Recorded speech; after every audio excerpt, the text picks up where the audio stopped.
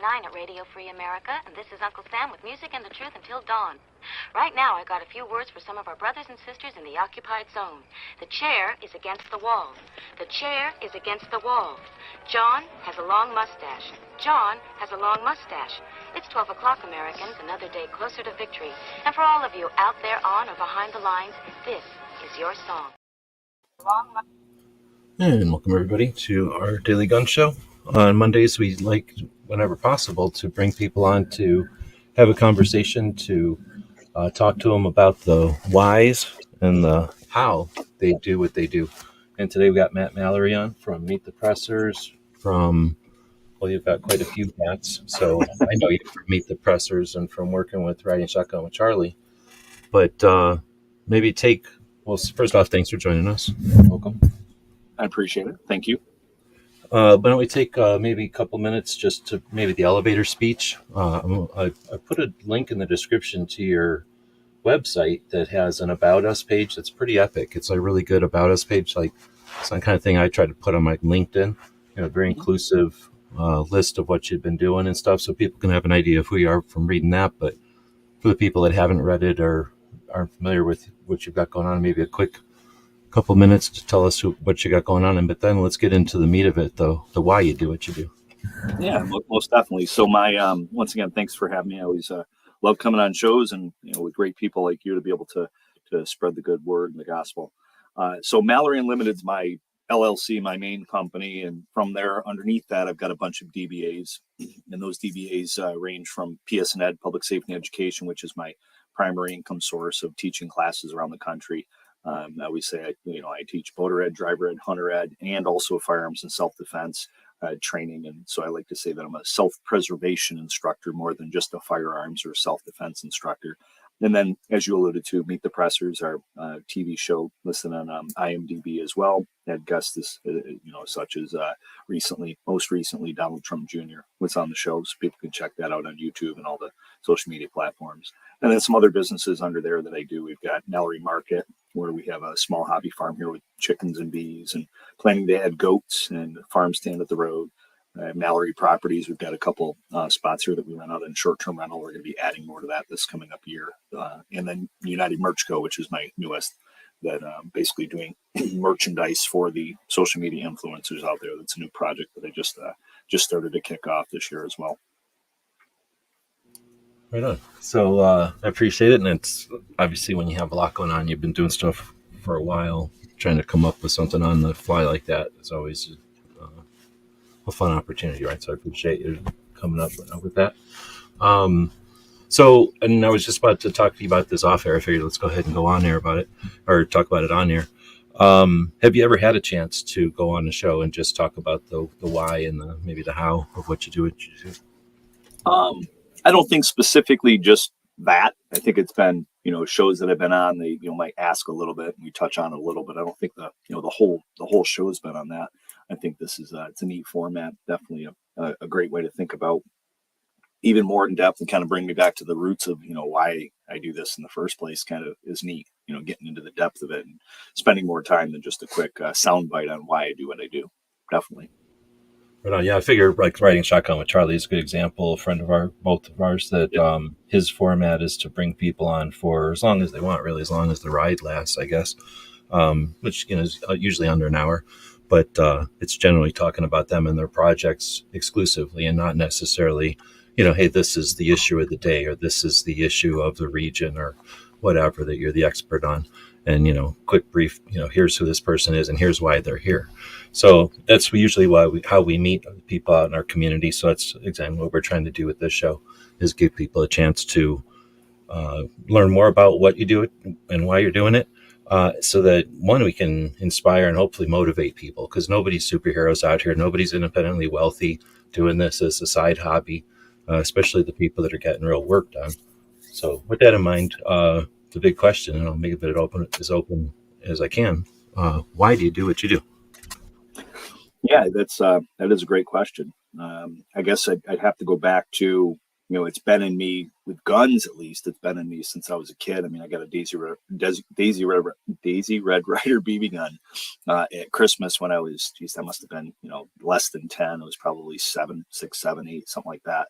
And from there, I would push deer as a kid with family. So the hunting and gun safety, knives, survival, camping, hiking, all that stuff. I kind of grew up in. I grew up, outdoors in the village of Cayuga, upstate New York, and we'd go, like most people my age. I'm 49. They'd be out from the time the sun would come up to the time the sun went down, and they'd go home. It's not like that anymore, unfortunately. And from there, I went into the military. After I got out of the military, I went into restaurant management in my early 20s.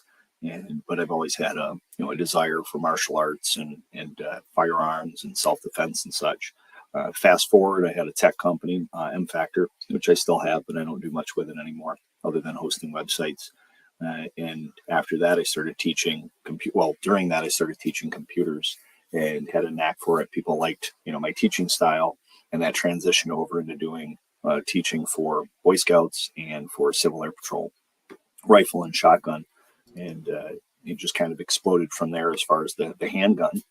And my wife wanted to get her pistol license. I reached out to the county. Hey, can I teach the class to her? And they're like, sure. And then I was like, well, can I teach to the general public? And they're like, yeah, send me your credentials. I did. They approved me. Send me your curriculum. Frantically putting curriculum together, sent it off to them, got approved. And that was one of the hardest counties to get approved in. So it kind of started out as doing it as a nonprofit for Hunter Ed, Boy Scouts, and Civil Air Patrol, teaching firearms, and then just evolved into teaching it to the general public. And it just, people liked it. They kept asking for it. They asked if I could do another course, a different type of course. Hey, do you teach the Utah? And I said, nope, but I will. And then I went to Utah and got certified, and I just kept adding and adding. And anytime I saw a way that I could bring a product or a class content to the masses, I would take it on. And that's kind of how we got involved with UTM. That's how I got involved with Taser. That's how we got involved with Saber.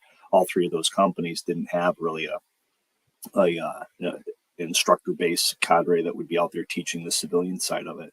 So I pitched it to a lot of the CEOs and stuff in those companies, and they let me run with it. And it's been successful over the past 3 or 4 years doing it with those companies.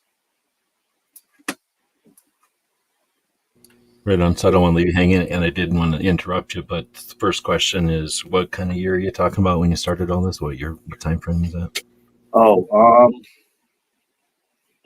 Probably around 2010 is when I started doing it professionally, making money at it. Prior to that, probably 2008, 7 or 8-ish for doing it volunteer for Hunter Ed and such. Right on. So it sounds like actually we've had quite a few things in common. As you were mentioning that I did restaurant management for a bit. I jumped into restaurant maintenance from there, but then went into computers and tech. Did that for a bit. That jumped me into the internet and then to web stuff and then gun stuff on the web. So it sounds like but you kind of went in a similar as far as computers and I'm assuming web. But you didn't really say what you mentioned websites and stuff, but we talked before, so I know you had some web stuff in there too. What years is it where you decide I'm going to do gun stuff on the web instead of just, I'm assuming, websites for people, projects for other people, as a contracting tech person? Actually, so I've got a degree in web development, degree in computer network systems. I've got my A+ and Network Plus certifications, and I recently just gave up my last computer client. I still have hosting, still have websites that I host, and I do very, very minimal, very minimal website design other than my own and all the businesses that I have. But the actual computer network and individual computer clients, I just literally turned over my last one to a student of mine who came to me to take his handgun course, who owns a tech company. So I kind of just handed them off to that student so that I could focus more on the training and he could get quicker service because I am so busy traveling around the country teaching classes, and then also here, teaching here in upstate New York constantly. I just got done teaching 4 days straight, about 11-hour days between travel for 20. I think I had about 26 students in those two classes, Thursday through Sunday. So it was a pretty marathon between those two classes, 4 days, 26 people was pretty. Had one come up from New York City, drove up from New York City to take the class. But anyway, sorry, I kind of went off the rails a little on that, but that's sort of the point. So I'm just muting all the time over here. My dog is sitting right next to the microphone. You might not be able to hear him, but he snores. I heard a growl. So when you're making the decision, at some point, was there a decision? I guess I'm putting my experiences on you, but at some point you're doing tech stuff, online, computer stuff, all the other things you might have been doing at the time as an entrepreneur, and then this potential for doing gun stuff comes along. Was there any decision there? Was that something they had to choose between, or was that just an easy or I guess both? It's trying to think back to an actual time when it happened. I think it was more of a gradual thing, because I can't really put my finger on a specific. I mean, I guess I could probably look back through emails and maybe service call tickets and see when I actually, I don't want to say gave it up, but when I made that huge transition over. And I think I always kept both of them going at the same time, and then slowly but surely the teaching classes took more time. I made more money from it. More money from it, because I could have 10 students in a class pay me $40 or whatever for that 4-hour class, where I go into a service call where I'd make $75 or $100 in an hour. So it was kind of a no-brainer that the training company kind of slowly took over for the tech side of it. And the hosting's pretty much easy. That stands on its own. It just runs on its own, other than updates and stuff on the server.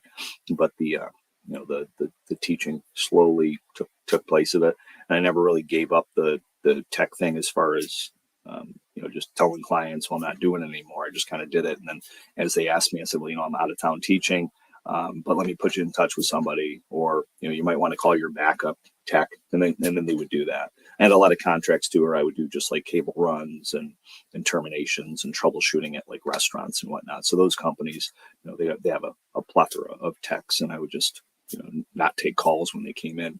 And that's that happened more and more over the years. I'd say probably 10 years ago, roughly, I would say that bigger shift to the teaching happened. If I could, if I just put it out there, it might be a little bit more, a little bit less than 10 years, but I'd say right around that window. One of the questions I was going to ask is, how much did the situation with the laws in the state of New York affect your projects or your directions? And I guess was that any influence to that balance there that we just talked about? Well, I know definitely in 2008 under Obama, the classes exploded. That was roughly probably my third or fourth time going to SHOT Show. And, my wife, that was I think the third time going to SHOT Show. I brought my wife with me. We went out for a vacation and to work. Obviously, I was working pro staff for laser ammo at SHOT Show. And we were getting signups left and right, because Obama came out and said, I'm going to take your guns, basically.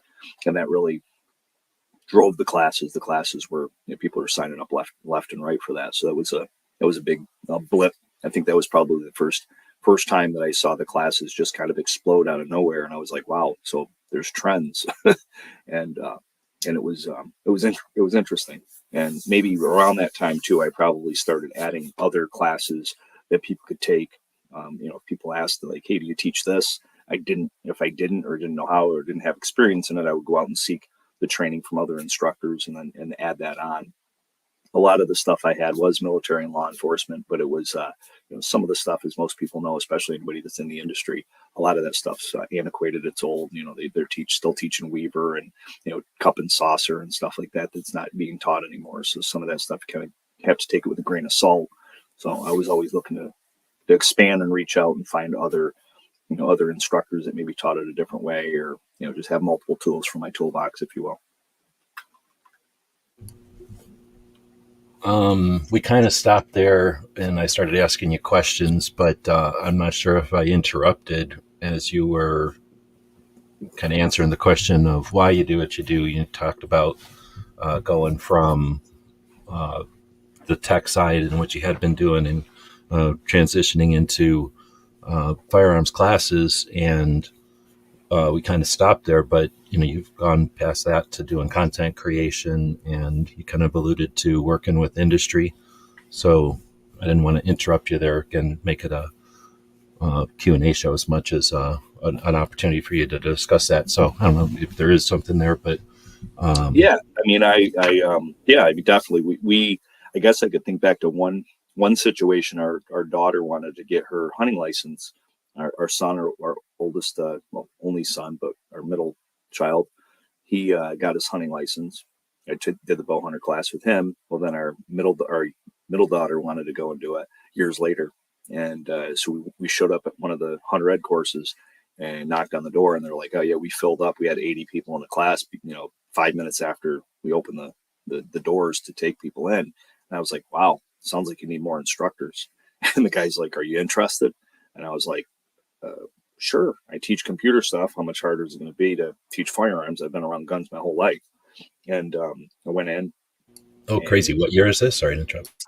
Oh, geez. Let's see. She's 25 now. So it was when she could do it at 12. So probably, 15-ish years ago, something like that.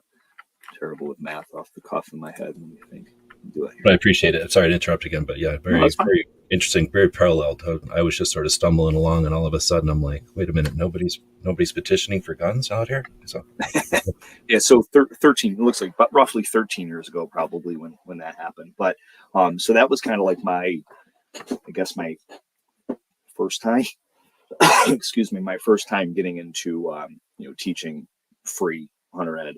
Right around 13 years ago. And I think maybe the rifle for Civil Air Patrol was just a little bit before that or just a little bit after that. I can't remember exactly. But that was kind of one of the reasons why I got into instructing, and it wasn't to make money from it. And then obviously as family members and friends started asking if I could, they could take class from me, if I could teach them, and doing lessons here and there, I just realized that it would be a wise idea.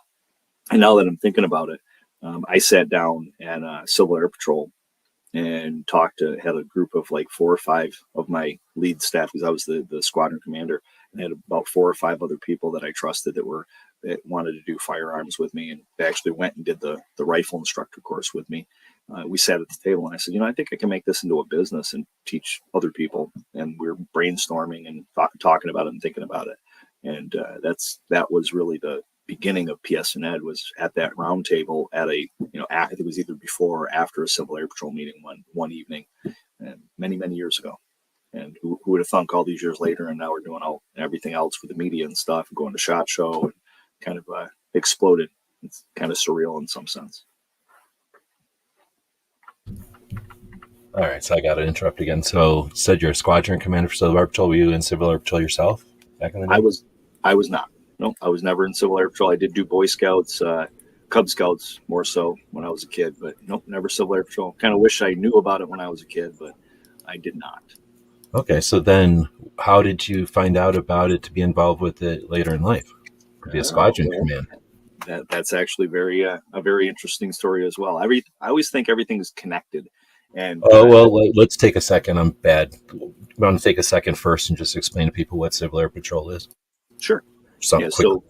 Yeah, definitely. So Civil Air Patrol is an auxiliary of the United States Air Force. It's kind of like, kind of like a Boy Scouts, Girl Scouts, but more like an explorers on the law enforcement side.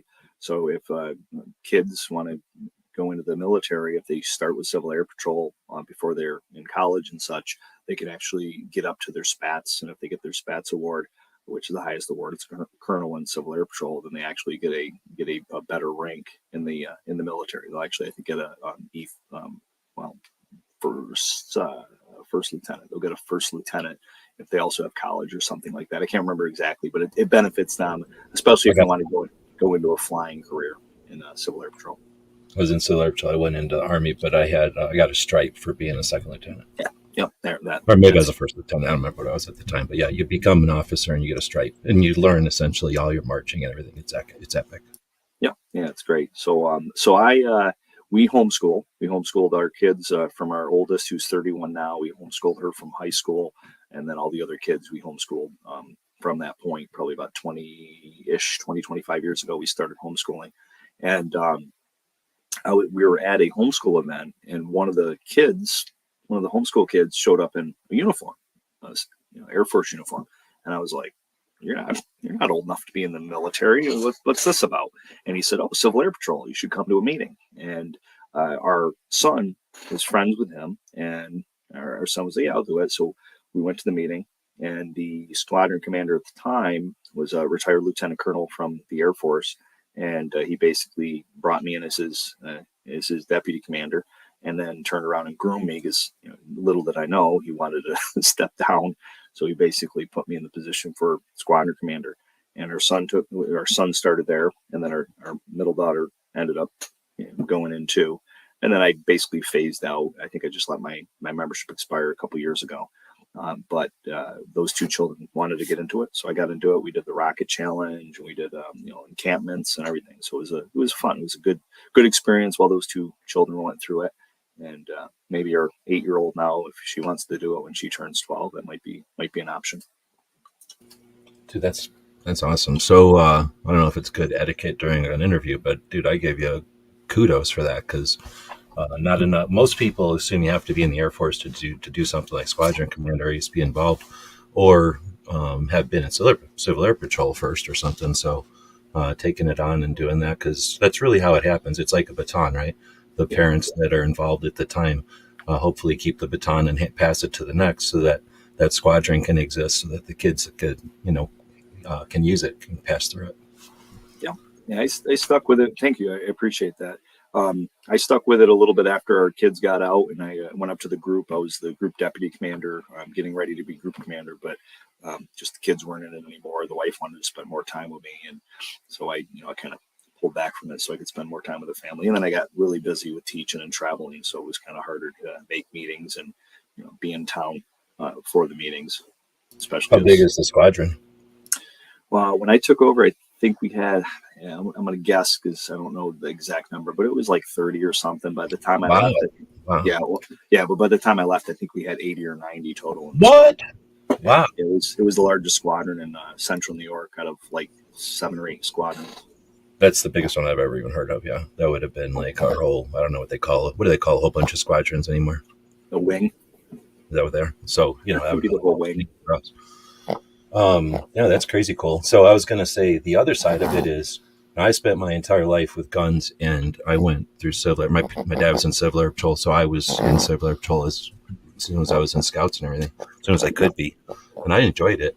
We had a really active, interesting Civil Air Patrol thing, but I thought I had done everything. Well, I knew of everything, and I participated in everything I felt like, and I did as much as take correspondence courses with the Air Force for armory stuff. I did a whole like armorers course, like actual multiple ones, but I had no idea there was guns in it. So that either means there weren't guns in it back in the day, or I'm pissed. But tell us more about the guns in Civil Air Patrol. I didn't even know that was a thing. Well, that's a cool story too. I was at a wing conference, and everybody's dressed up in their Class A's, and one of the cadets had a NRA badge on them, and I was a marksmanship badge, and I was like, what's this? I mean, this isn't Civil Air Patrol. This isn't any military branch. How do you have a organization outside of Civil Air Patrol or any military branch, one of their awards?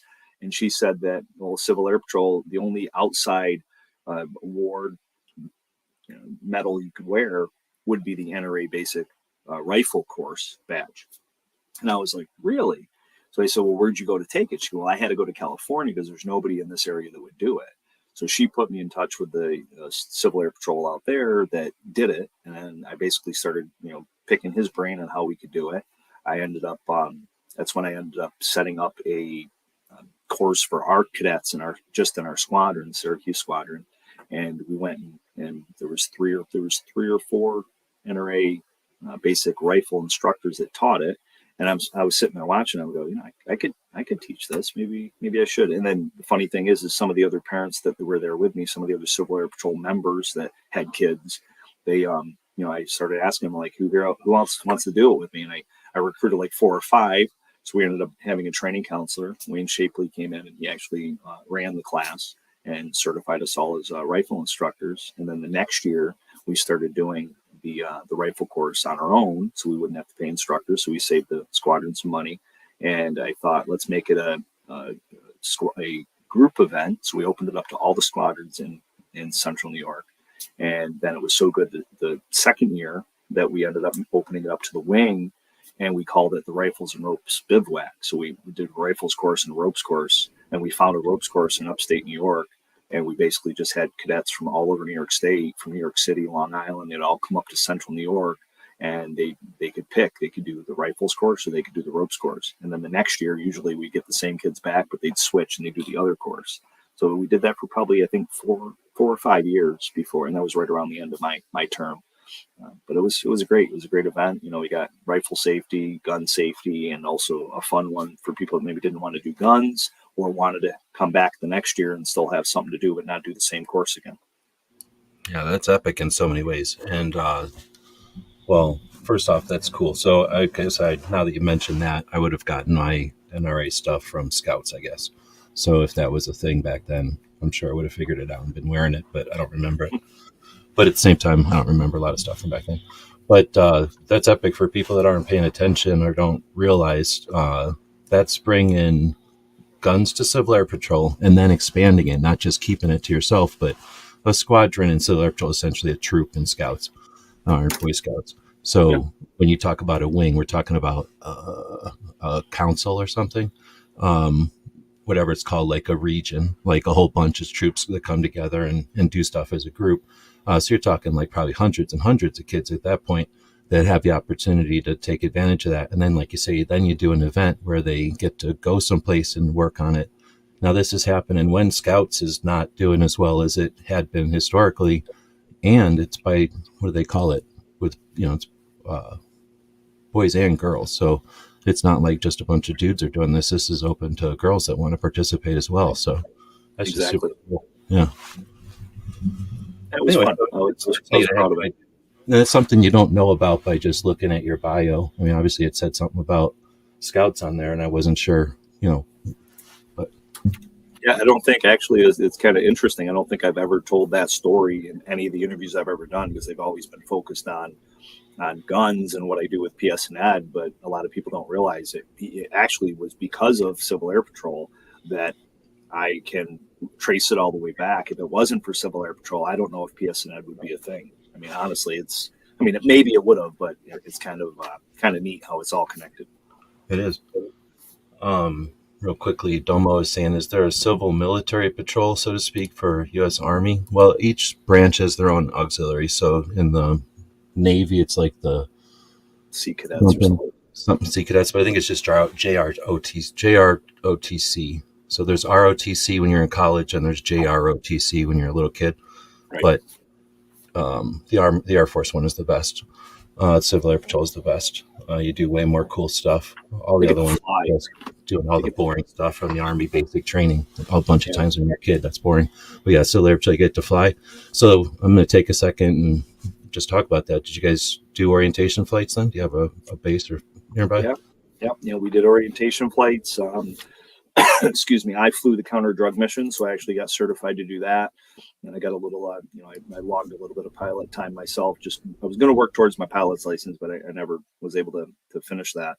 But I did some counter drug missions. I got approved for that. We had the cadets go up and do orientation flights in the G1000, the Cessnas, as well as the gliders too. Our son got to fly a glider, he thought it was a blast. So yeah, we did that. We did a rocket. Did you get a license? He didn't. No. Okay, so you went to like a camp or something where they flew him? Yeah, it was basically an orientation flight where a bunch of cadets, we just all went to one location where they had a wing-owned glider, and one of the pilots took each of the cadets up one at a time and let them fly it. Yeah, that's super cool. Yeah, most of the people I knew, I wasn't as much into flying because I knew I was going Army, so I was more into like setting up tents and generators and a little bit of radios, but I was more into less into flying, I guess, more into the other stuff, Civil Air Patrol. But most of my friends could fly before we could drive because you can get your license, when you're like 14 or something. Yeah, that's cool. Oh, I should say for balloons and gliders. And then you get your pilot's license when you're 16 or whatever. But yeah, most of them, I knew people that had twin engine ratings before we were out of high school because they were that into flying. Oh, wow.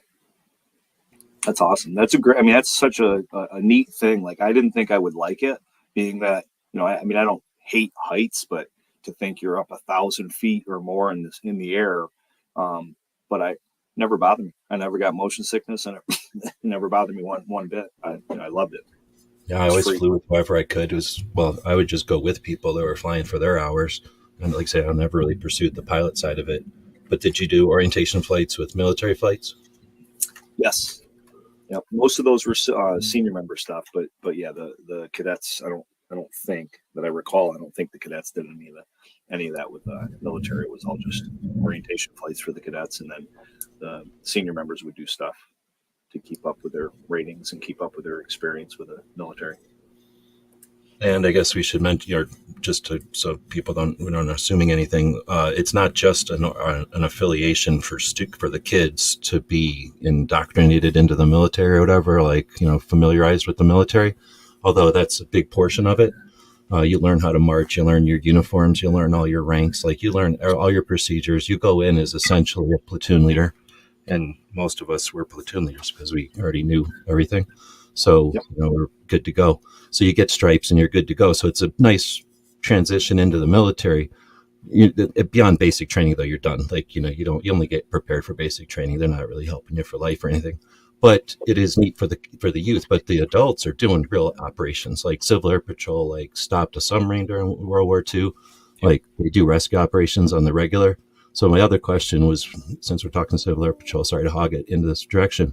Do you guys actually do search and rescues? Do you live in a remote enough area? Like where I lived, we'd know where a plane crashed because it would be in somebody's house, right? We didn't have to go look for anything. So we did simulated search and rescues. But out here in Arizona, it must be epic. And I'm wondering what it's like out there.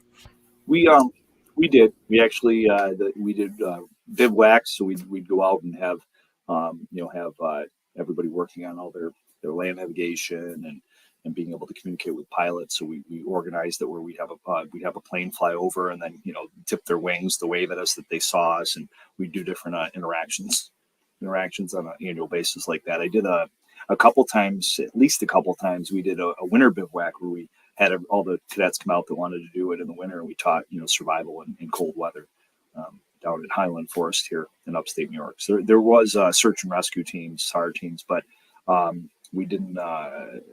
Maybe a handful that I recall that we actually did get dispatched on, but a lot of it was preparing for it, but didn't get called out as much as I think we wanted or the cadets wanted to be, which is a good thing. It was more of you're just down on the list as opposed to there wasn't nothing major enough where they needed to bring all hands on deck type of thing.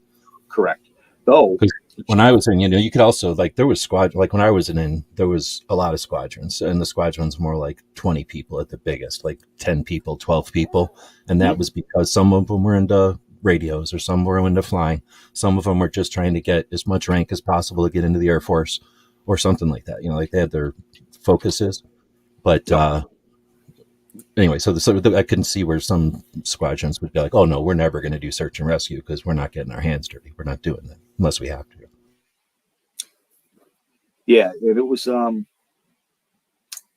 do recall one that I was flying with the wing commander the group commander at the time, and we picked up we got a call, and we picked up a beacon out in North Buffalo Airport, and it was just the plane got bumped, but we got the call and we hopped in the plane and we flew all the way out to Buffalo from Syracuse. So it's like a 3-hour drive, but the flight's less obviously. We actually triangulated on it. We called the ground crew, and a bunch of cadets and senior members on the ground went out and found the transponder of the plane, and it got bumped. That was all it was. So it was probably the most exciting one. Yeah, that's pretty much what we did too. Or they do it intentionally, someplace, but in a field or something. But yeah, that's pretty much all we had an opportunity to. Okay, so sorry to keep so much focus on the Civil Air Patrol, but like you said, that's neat that it was the impetus, I guess, to some extent of the training side of it. So I was going to ask, or I have a question here to ask at some point when we get to the how big a deal are the socials? So maybe a way to get back onto the track wherever I derailed us here is, when did the socials, when did content creation become a part of it? Or am I skipping something important here? No, I think that's that's valid at the at this point. So about 7, maybe 6 years ago, I had an employee. It was a student of mine who came, and I certified him as an instructor. And we just got talking. We hit it off. He was in the Army. I was in the Army, and we got talking about doing maybe some kind of audio podcast. So we recorded a few of them, and we realized that there's a lot of work. Neither of us really knew kind of how to get it out there, and we didn't really see that it was going to benefit us other than just taking up more of our time and not having an outlet. So we put that, Pat Kimball is his name, we put that on the back burner, and we ended up coming up with the Meet the Pressers, the PS and Ed show. So the PS and Ed show was the initial YouTube show that we were doing. We interviewed probably, I think, 8 or 15-ish individuals. We cleared out a room down here in the basement of my house, down by my office, and ended up doing a bunch of interviews. Pat took a job closer to his house out near Buffalo, and we ended up just putting it on the back burner. I went to the UTM instructor class, the first civilian instructor certification that UTM put on that Clint Macro was hosting in PA. And that was April, so it'd be 6 years ago, or is it 5 years ago, this April coming up. And Clint's like, hey, what's up with your show? And I was like, well, I put it on the back burner. Pat took a job close to his house, so I'm just gonna. He goes, well, you can't let that go. You got sponsors, you got your Patreon, and I was like, do you want to be my co-host? And he's like, absolutely. So that was February, and then by April, we had a name, a website, and got all the social media. And our whole goal with it was just to meet and bump elbows and learn from other people and interact. And we're social people. We like people. We talk to people. We talk a lot. And figured it'd be kind of cool, and it could also feed our training company because people are going to we're going to talk about our training company. So kind of a marketing outlet for our training companies, but then we'd also meet really cool people and also help educate people through our the marketing arm of Meet the Pressers. And from there, we're just got. We like to say, Clint and I say, we just got renewed for another 6th episode or 6th season. I mean, and people are like, "Oh, really? Well, who renewed you?" I'm like, we did. Well, in other words, you're still enthusiastic about it. Is it still? Well, I'm sure it's a growing project. Is it still something that? Well, I guess maybe that's too big question. What's the goals? Are there goals for the project long term? Yeah, I mean, originally when we first started it, it was immediately on IMDb. So we're like, if not one of the only YouTube shows that's listed on IMDb, and that's to Clint's credit for his history in the movie and film industry back in the 90s, doing audio and such. And then we did the podcast because we had people asking, hey, I can't watch it, but I could listen to it. Can you put it up? So I started putting that together. So we're on like 15 or 18 different audio podcast platforms. We use SoundCloud to push that out. And it just kind of kept growing. And then we just got picked up a year ago on Roku, Apple TV, and Fire TV through OpsLens, which is pretty cool. And we just keep plugging away with the interviewing people, trying to get bigger and more noticeable people. We just interviewed Donald Trump Jr. At SHOT Show. So that's probably one of the most known names worldwide that we've interviewed on the show, which was pretty exciting. But we've had a lot of great guests, a lot of known people. John Tig Tigan, one of the Benghazi heroes, many, many, many others. I think we're up to over 300 and some odd guests in the past 5 years. And when we first started, we were doing like hour interviews, and we realized that's way too long typically for somebody who's going to watch it. So we kind of reformatted that. Came back to about a half an hour interview with the commercials and the sponsors and such. But we just keep going, having the interviews, interviewing people, getting to know people, getting their message out, getting our message out. We always throw our little bit of splash of our knowledge and experience in there to add to the witty banter and the content.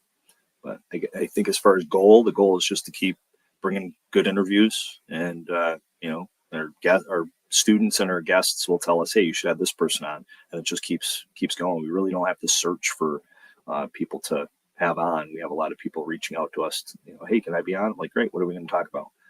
And if it's a good thing that we haven't talked about before, or if there's somebody who's got a new book, we'll have somebody come out. We're doing a live with Charlie. That's something new that we started too.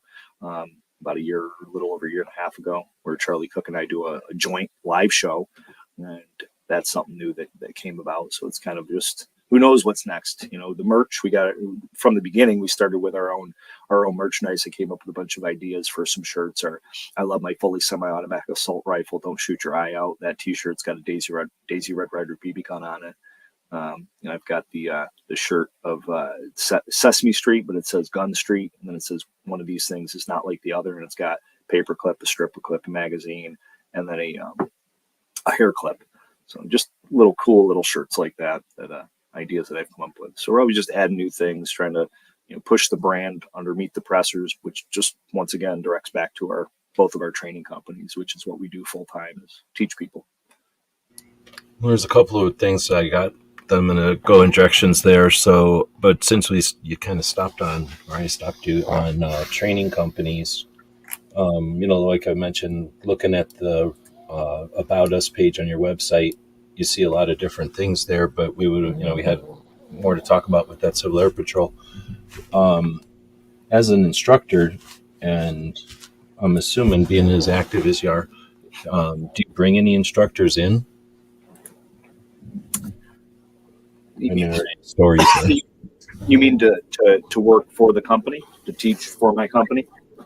I don't know. I know that you've been done a lot of the classes to be an instructor, and you talked about the class to become a NRA instructor. Do you ever bring the instructors to you? Yeah, I guess is what I'm saying. And then, or have you brought instructors to shoot at your places, at your ranges, or I got you. So hosted. So I hosted. Sorry, I should have said hosted courses. That's fine. Yeah. No, that's fine. That's fine. There's different terms for it, but I've hosted Larry Vickers. I've had Larry Vickers here. We hosted Clint and I co-hosted Jeff Gonzalez a few years back, and that was the next one. Then him and I both hosted Masad Ayub at his place down in PA. Not this past November, but the November prior to that. And then we're hosting Tom Gibbons at Clint's place down there in Western Pennsylvania coming up in August. So yeah, those are the four that I have hosted, or him, Clint and I together have hosted. And then Clint's hosted, a ton too. A lot of times he hosts Rob Pincus down there. It's easier to do it down there in PA just because, nobody wants to come to New York. Like Tom Gibbons won't come to New York. Politically? Yeah, we're behind there. We are in curtain. Oh, New York Outcast is also in New York. Where you're located? Yeah, I'm upstate, so it's better than the state. And still, a lot of people know. So I don't know where. Yeah, I don't come up here because Syracuse. I'm by Syracuse, so it's like dead center of the state, upstate. The only time I've been to New York recently, I might have been there as a kid, but I wouldn't count that, because the only time I've been there intentionally recently is to see Bannerman Castle. So let's bring that up, since Rob's hopefully going to tell us where he's at. Have you been to Bannerman Castle? I don't think so. Where is that, out by Buffalo? I have no idea. It is on the Hudson River, near. It's probably it's right next to West Point, or it's across the river from West Point, essentially. Yeah, Poughkeepsie area, so that's down like Orange County. West Point's down by Orange County, New York. That's where I did my Top Shots at Orange County Chopper event that I did, where I brought Top Shots from the History Channel into Orange County Choppers, and we did a class there. Binghamton area. Oh, really? It's in Binghamton. Okay. You guys know where you're at each now. Okay. So Orange County, I thought that was in California. That's in New York? Yep, there's an Orange County, New York as well. Oh, okay. Is that where that... Wait, is that the show, those Orange County Choppers? Yeah, yep. Yeah, I was down there. Once again, I was down there teaching a Excel class, and I drove by the building, and I'm like, Orange County Choppers, that can't be the TV show. I was oblivious, didn't even know.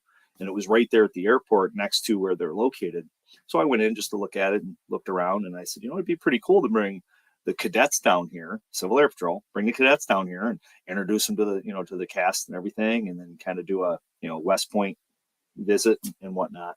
And I ended up setting it up. I got in touch with their marketing person, and the Civil Air Patrol thing never turned transpired. That never happened. But I ended up doing basically a pistol class at their location, and it was open. It was a national event to raise money for both the Purple Heart Hall of Purple Heart. It's up on the website. The Purple Heart Hall. I have to look it up now because I'm losing my mind here. Forget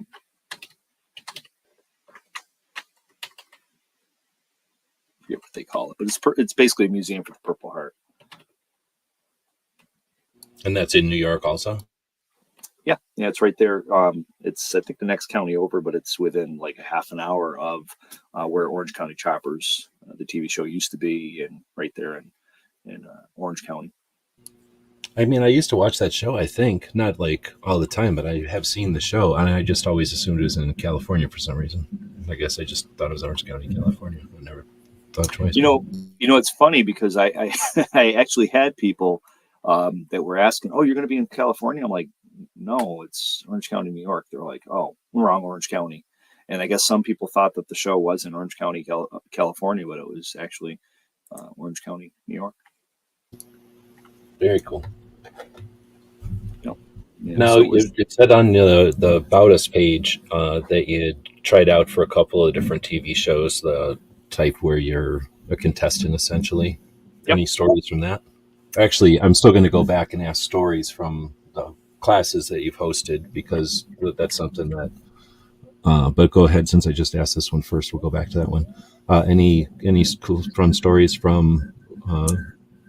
I would say that the two that I tried to get on, the Apprentice was one of them. I can't even remember. I have to look on the website what the other one was off the top of my head, but the Apprentice was one. And nothing made. I mean, I did a video, I sent it in, and never heard anything. So, but it was kind of cool that I took it and took the bull by the horns, I guess you could say. If you look at my IMDb credits, I was an extra in a couple movies back in the '90s, so that's nothing major. More recently, we were reached out to by a production company probably about 7 years ago, asking about doing a survival prepper kind of firearms TV show, and that never transpired. I guess the studio actually ended up dropping the plans to do it and never moved forward with it.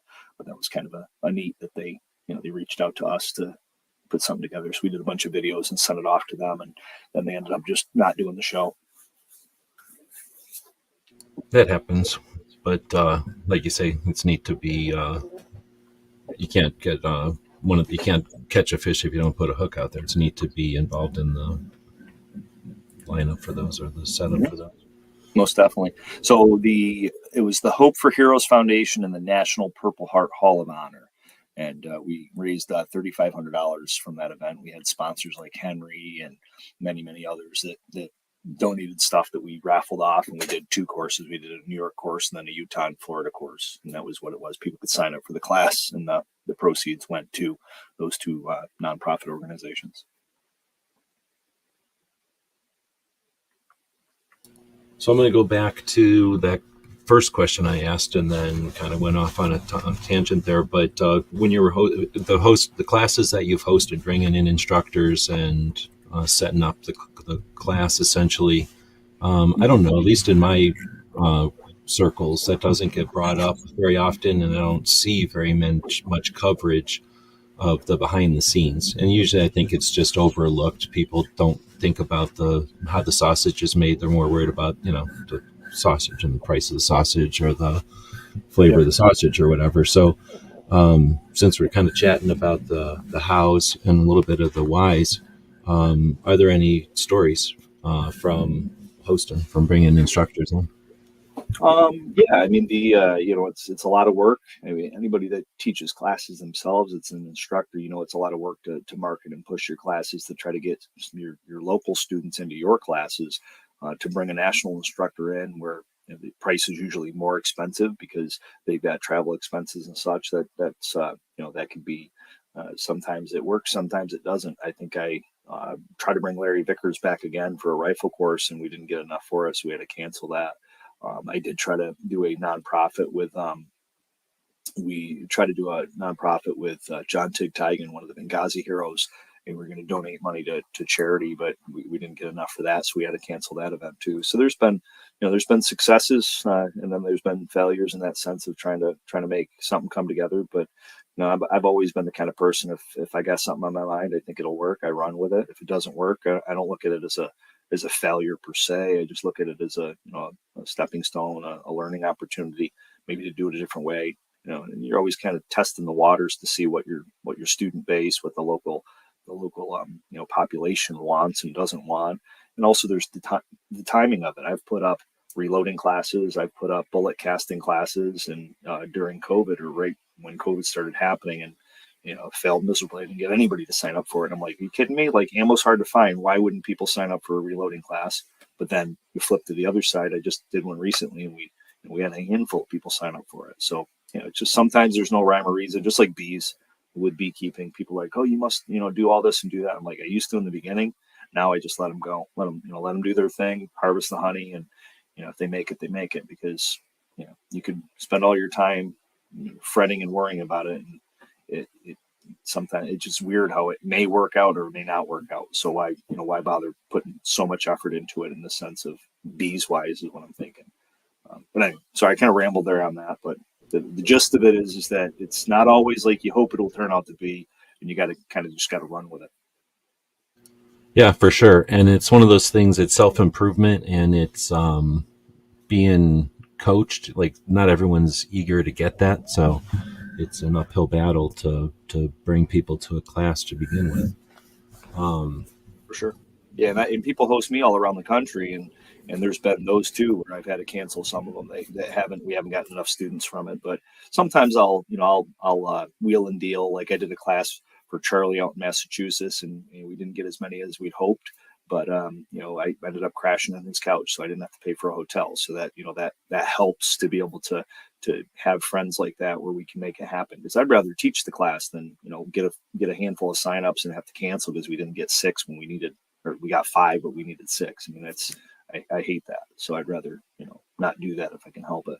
This year I actually pulled back on how much I'm going to be traveling around the country. I think I try to keep it to no more than 1 per month, because I've got so much going on here at the property and the homestead that I don't want to travel as much. And it's nice that I don't have to. So going back to the socials, you mentioned Opslens. What's that about? I've heard of it, but I haven't used it. How is that one? Yeah, so it's basically a website / app, and there's a handful of different shows. I think maybe a half a dozen or maybe a little bit more of shows that are registered, signed up with them, and then those shows get to play on Apple TV, Roku, and Fire TV, and so they select them based on either Second Amendment news or Second Amendment centric shows, and so it's been fun to be listed there. So you install the Opslens app on your Roku, Apple TV, or Fire TV to be able to watch the show, and that's how it ends up on the television. Sorry, I lost my mute there. I lost my mouse on my screen here. So, how do you get any kind of analytics to let you know how many people are interacting with it on that platform? I'm sure we do. Now that you mention it, I haven't even looked, so I'd have to hop in there and see. I know originally when we set it up a little over a year ago, we ended up having all that stuff, and I looked in the beginning, but obviously it was new. So, but I haven't looked since because I've just been so busy. Is the audience there like? Did some major program or some channel or something create it, or is it like the host of some giant network of channels or something, or is it is it a bunch of people that got frustrated with like Google or Facebook or something? Like, is it a political platform? So Opslens is the, from my understanding, they basically pay for the slot, and the Opslens app, the Opslens is the company that has that slot, that time slot, that the app where people can download and install to be able to watch whatever show that they're playing at whatever time slot. So I guess the comparable. It's more like a network then. Yeah, I guess right, exactly. It's more like a network. I mean, you'd be comparable to like you could rent or purchase a slot of time on a local radio show, and you can play whatever you want because you've purchased that block. I guess would be maybe an easy way to represent it. Okay. And then the viewers are people that value the type of programming that's over there, and it's all. Yep. Yep. They can tune in through the Opslins app right on any of those platforms and watch whatever's whatever's presenting at whatever time. Each show has a different time slot. I know Eye on the Target radio, they're up there, and there's a few other ones too. And they're free to watch them. I Or is it like I know they were free. I know they were free in the beginning. I think Ron was saying something about charging a fee eventually. So I don't know if the fee is in place now or not. It might be. How would you say, is it worth investigating? Is it worth hosting on? Yeah, most definitely. I mean, more exposure, right? I mean, we're listed on TV, so we're technically a IMDb listed TV show is how we promote it, because it is, right? And I think we get more guests that we maybe wouldn't normally get, because I can say to them, hey, we'll give you an IMDb credit on Hollywood. There's a lot of people in the gun industry that don't have that. They've never been on a show that could put them on IMDb. So there's a lot of people that we've given IMDb credit to that would have never gotten it, or I shouldn't say they would never get it, but they got it from us. We were their first IMDb credit, which is kind of neat. So, between that and being on Roku, Apple TV, Fire TV, and a training company, that's kind of something different that we do that not many other, very, very few, if any other YouTube shows do. Yeah, I'm not aware of any. So that's another whole direction I wanted to go, and we're getting close to the top of the hour here. But so is it the Opslins just happens to be a thing and you're on IMDb, or because you're on Opslins that gets you on IMDb also? No, so the IMDb was original. When we first set up the show on YouTube, Clint was already listed. He already had IMDb credit from all his Hollywood days back in the 90s doing audio and video. So he put it in through IMDb to see if we could get the show credited and listed on IMDb, and they approved it. So because of his credentials that he had prior, it was pretty easy. He just had to go in and list it and see if they would approve it, and they approved it as an IMDb listed show. And then that was like right from the get-go. That was almost instantaneously within a month or so of us starting in April of that year that it was listed. Yeah, that's very cool. I mean, I don't know. There's probably other, what's the word? Like other YouTube channels or something that are on there because, like you say, they either whatever, we're on a show. So really, if you're on a show, so you could be on Johnny Carson's show or whatever the popular show is, right? But vaping and talking at the same time. But that's not the same as, one, talking about guns or anything, because they're probably just talking about whatever Yahoo project they got going on or whatever gimmick they've got going on. But I guess I'm going over here to, I'm going to screen share, because even though this is a podcast, we are recording this on YouTube, so I'm going to take the opportunity to use the technology here to jump to your IMDb page here, and I'll drop a link to that for people that want to check it out, because this is by no means a small accomplishment or anything, but what you've done with it is deserves as much recognition as can be done, because let's take a look at who you've got over here. Josh Prince, that's the attorney, I'm assuming. That is correct. Michael Bain, he already was on here probably. Pincus, I don't know if he was on here or not. Sarah Joy is the Hold My Guns. Hold the Gun ones. Kevin Dixie, so KD from No Other Choice. Yep. Yuda. You got Cheryl Todd, who has been on 5 times. I guess these are in order how many times people have been on. Correct. But Cheryl Todd, doing all kinds of work out there. Ashley, who works with museums. I don't know who Bram Frank is. As a knife, he owns a knife company. He's martial arts for many, many years. Right on. Mike Sedini, Diana Mueller. Can I keep going with this? I'm actually going to see Diana this weekend. She's doing her Ambassador Academy down in Orlando. Are you going down to that? I'm going to stop by and say hi, but I'm actually going to be down in Florida teaching next weekend. So Dale Comstock, why does that sound familiar? He wrote the book American Badass. Thank you. Then Iraqi veteran Yep. Chris Chang, who might have already been on here because of Top Shot, I guess, technically, but still. Yep. Joe let's look at. He's from Survivor TV show. But I'm looking at the Second Amendment people. So Amanda Suffolk, Derek from Kids Safe, Craig DeLuz running for Congress right now, or is it Senate, but running for office right now. Ken Blanchard. I wouldn't be doing this if it wasn't for Ken Blanchard. Awesome.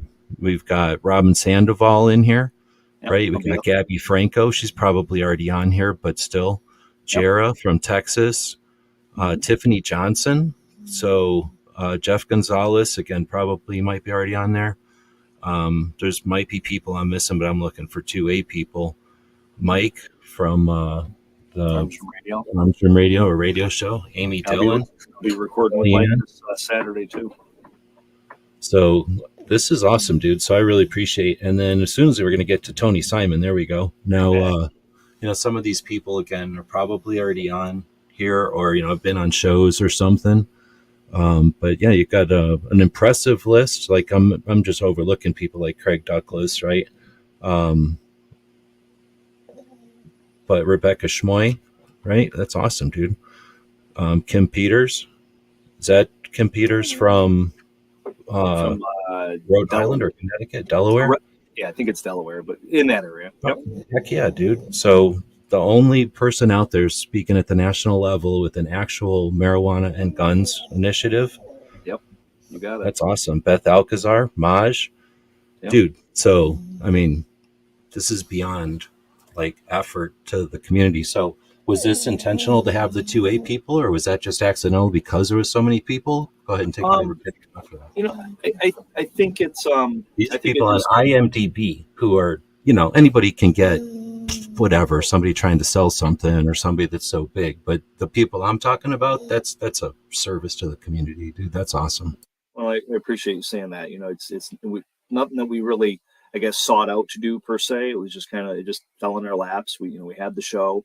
We have people that we want to have on the show just to have a conversation, kind of like we're having now. It's more of just a way to, talk and express ideas and vet things out, give them exposure while also giving us more exposure for what we do. So it just happened that way. And a lot of times too, there's other shows like Rob Beckman's and Charlie Cook.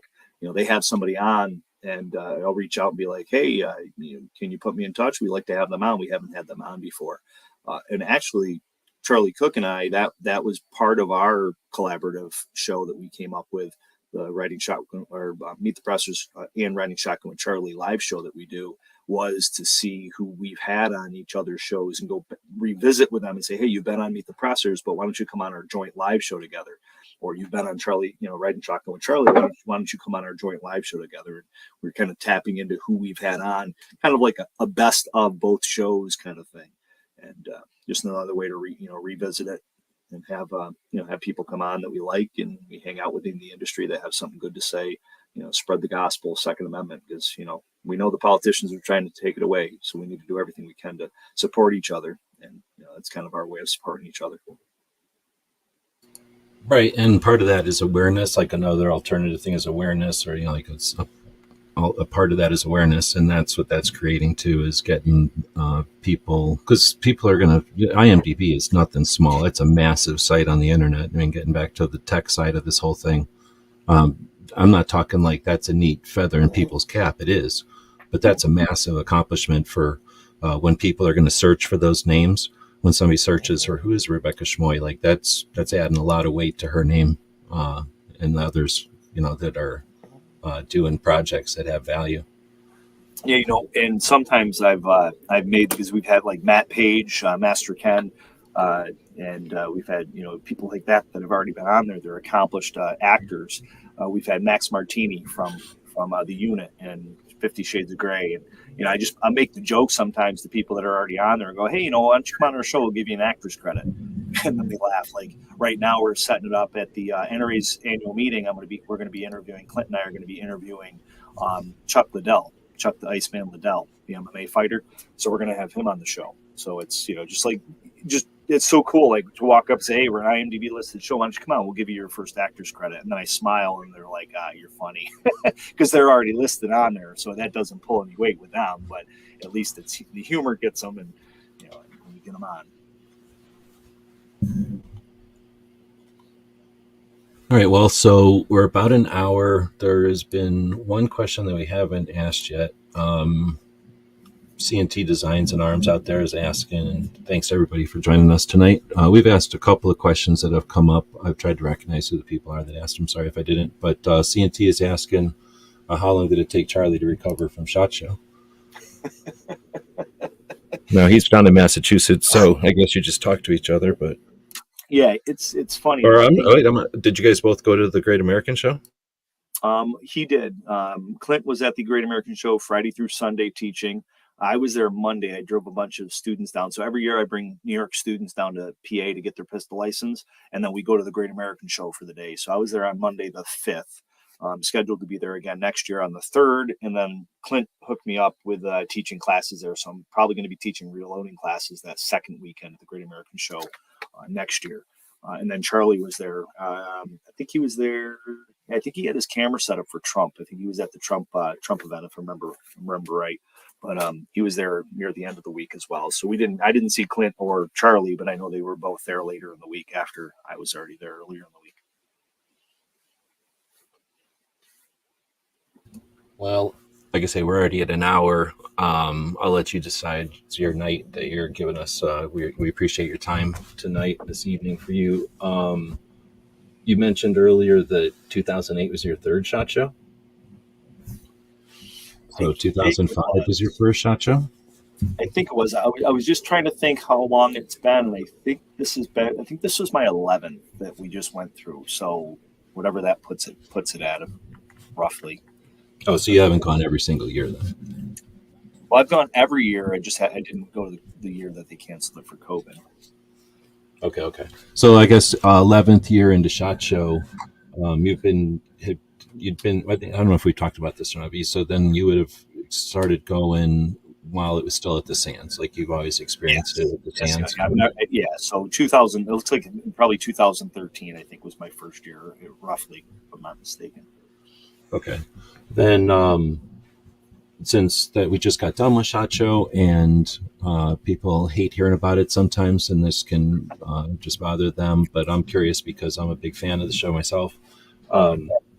After so many years, just any riffs on SHOT Show, I'll leave it open ended. Honestly, I hate going and being away from the family. I hate the time difference because that makes it tough to say goodnight to my daughter. And but to me, it's what we do in the industry. It's kind of like you got to be there. You're going to see the new stuff, especially doing the media. I mean, we go there for Meet the Pressers just to be able to do interviews and to do commercials and meet with companies, see what's new, and bring that information back to our students and back to the general public. So it's a necessity for me to be there. And like I said, I hate being away from the family. That's why I'm limiting my travel this year down to trying to do no more than one weekend a month. But I think May I've got 2 trips. But other than that, every month past that, I think I'm only going to be gone one weekend. But the takeaway with SHOT Show, if you're in the industry, you definitely got to go there, but have a plan. I mean, every year it gets better because we have a plan. And just like Mike Tyson said, you can have a plan until somebody punches you in the face. But it's having a plan. At least you've got some organization.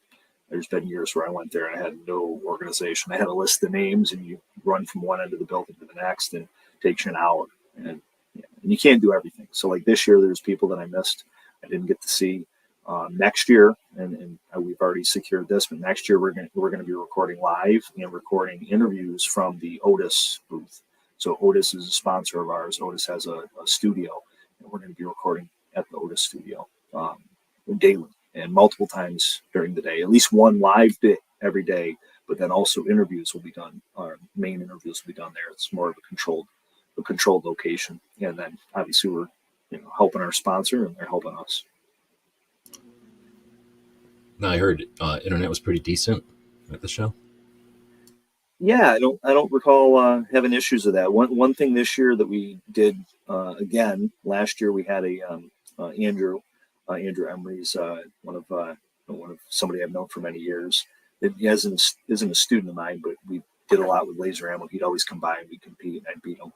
Yes, Andrew, I said I beat you. Anyway, and he was our handler this year, just like last year, and it worked out really well. Where he set all the appointments, he organized everything, he made sure we got to places on time. He knew where all the booths were, and so just follow me, which took a lot of stress off of Clint and I. And we're going to probably do the same thing next year. And we went this year last year we went with 3 total. Clint didn't go. This year we went with 6, and Clint did go.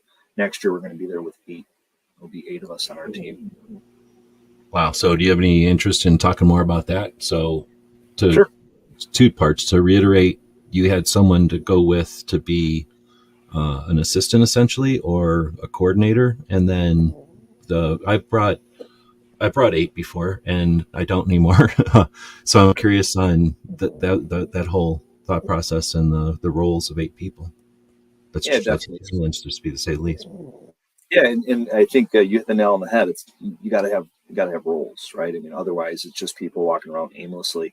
Everybody knows we did a Zoom session prior just to get everybody's roles situated. It's based on capabilities. Like Andrew originally went last year, to do photography, and he ended up falling into the kind of the director's position, kind of moving us around, scheduling things, being the bad guy. Like, hey Matt, we got to go. You got an appointment. You can't get. We got to move this along. So he was actually the bad cop when I was talking to somebody. He could literally. That'd be so valuable. That'd be amazing. Yeah, it's huge. It was huge. Like last year, it was so good that it literally helped. It just kind of clicked. I'm like, he's great at that, right? And he knows a lot about products. He knows what's new. He's got his ear to the floor. I don't as much because I'm so busy teaching and so busy doing the show that sometimes I'm disconnected from society, which isn't a bad thing, I guess, in this day and age.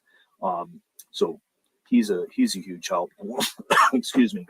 One of my students, Austin Boyd, he went this year. He said that he'd always wanted to go, and I said, well, we're looking for extra help. He's also going to be, if everything turns out good, he's going to gunsmith school, and he's going to be my gunsmith for PS and Ed. Which school? Which school? He's probably going to do. He's probably going to do the modern gunsmith, is what I'm hoping he'll do, because of Zeke. Zeke's out, and I like Zeke. I like what Zeke does, and Zeke came over from SDI, so that's probably what he's leaning towards. But it all depends on his time. Okay, sorry to sidetrack. I'm big interest in gunsmith schools. I'm always curious. Yeah, the modern gunsmith school that Zeke Stout is one of the founders of is the one that I've been pushing. Zeke took one of my classes. Katie had me come down to his train and learn in the spring of last year, and I taught my Force on Force class there, and Zeke was one of my students, and we hit it off well, and got talking. So I really like Zeke and what they're doing over there at Modern Gun School. But anyway, back to the roles. We got to have roles.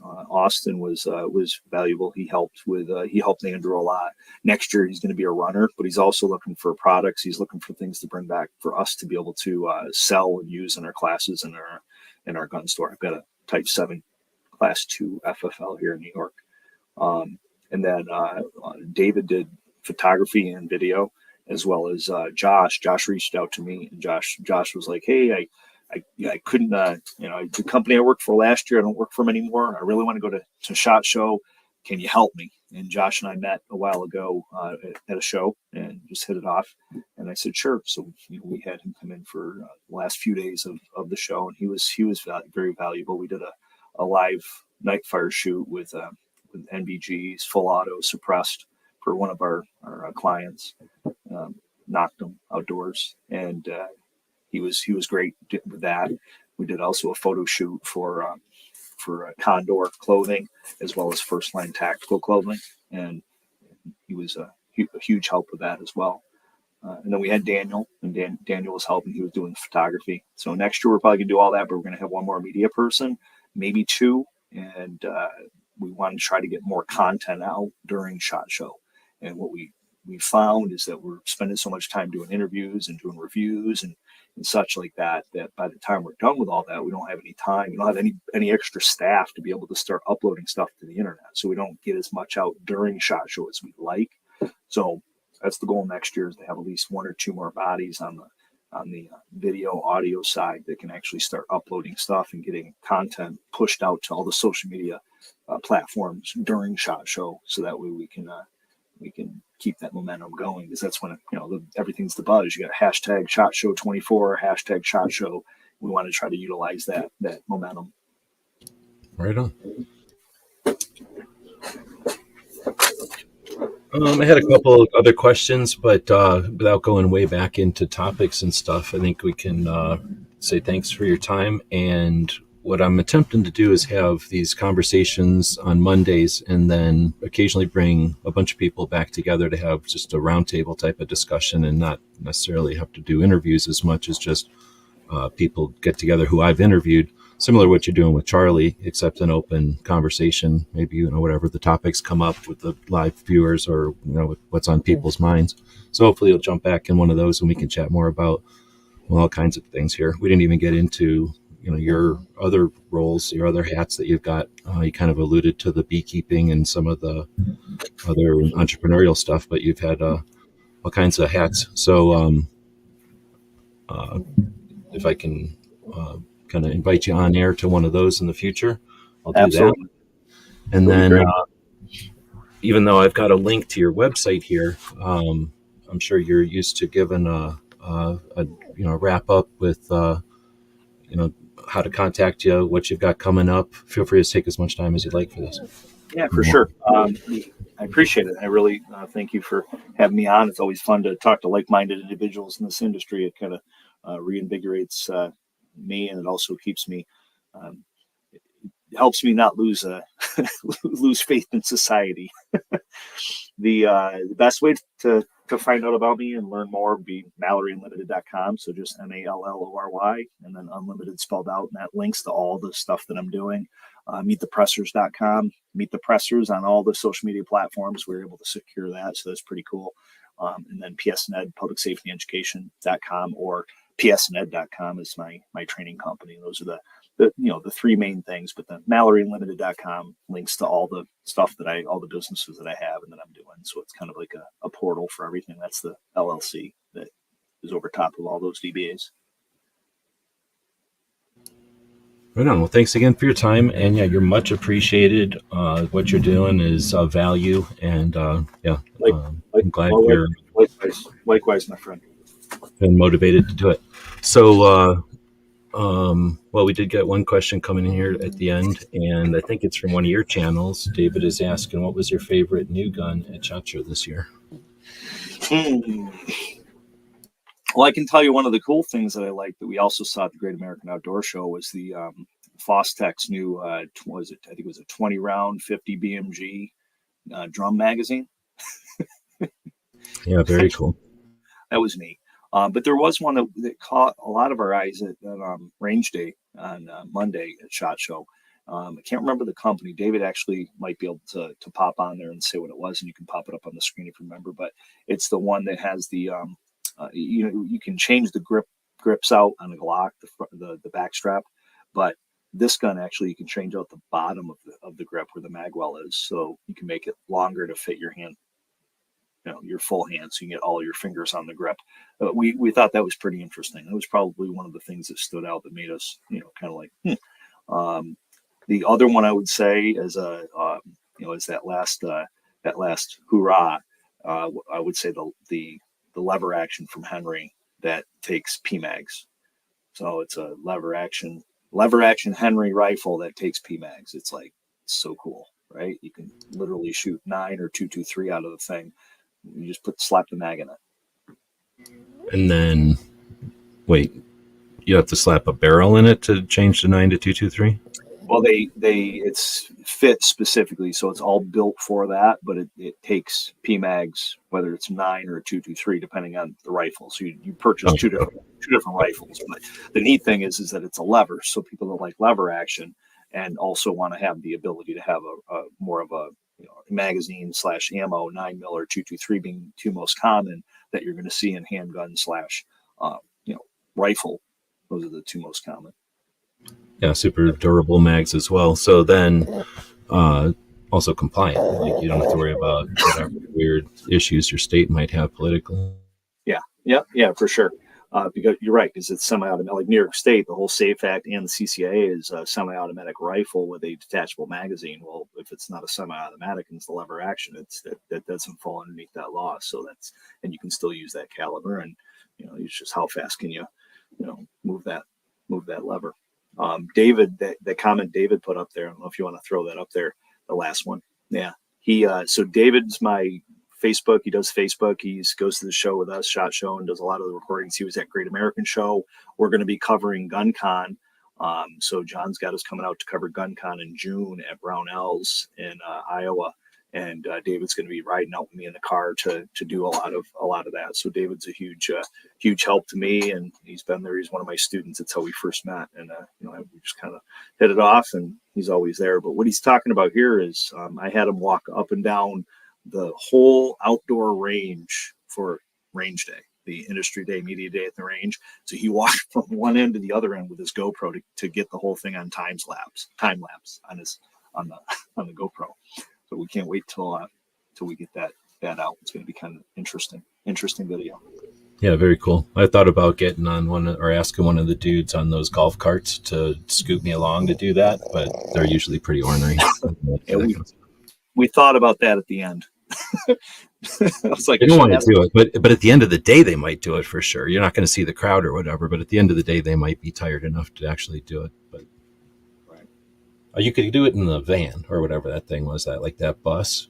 But wait, did it ditch out into the parking lot? It might have ditched out into the parking lot to go from the south side to the north side. But yeah, that is cool. SHOT Show did one as they were setting up, and it freaked me out because the way they did, essentially what you're talking about, somebody walked it and they sped it up for Instagram. So it was short, but it freaked me out because I thought it was going to be about a third of the size, assuming it was the all-inclusive. I was like, whoa, there's not very much of the range this year. But it actually turned out to be, I was pretty impressed with the range this year. The last couple of years, it's bugged me how it kind of crowds up to the street or the highway or whatever up there. And people don't even walk up there, I think, because it's so creepy over there. But the way that they expanded the range to the south and kind of curled it up, I think that was pretty cool. Yeah, it seems like it keeps getting longer. Yeah, seriously. Well, they figured out to shoot into a big hill instead of down a big line, and I don't know. I think it worked. Got some longer ranges down on the south side. For sure. Anyway, we're not talking about SHOT Show. So it was sort of at the end of the show there. Again, thanks for joining us, and thanks everybody for the kind words and for joining us live. If you're listening to this as a podcast, leave us some feedback out there. The likes and the shares and that kind of stuff are much appreciated. And we'll be back next time. Well, I guess I'll throw a commercial for my store up here just to give an end to the show. GearWebsites.com is your source for firearms-based playing cards and books. We also have mugs, shirts, and posters with designs that we've made live. Of course, we have patches. Every Friday is Free Patch Friday. We appreciate your support. Thank you for shopping at GearWebsites.com.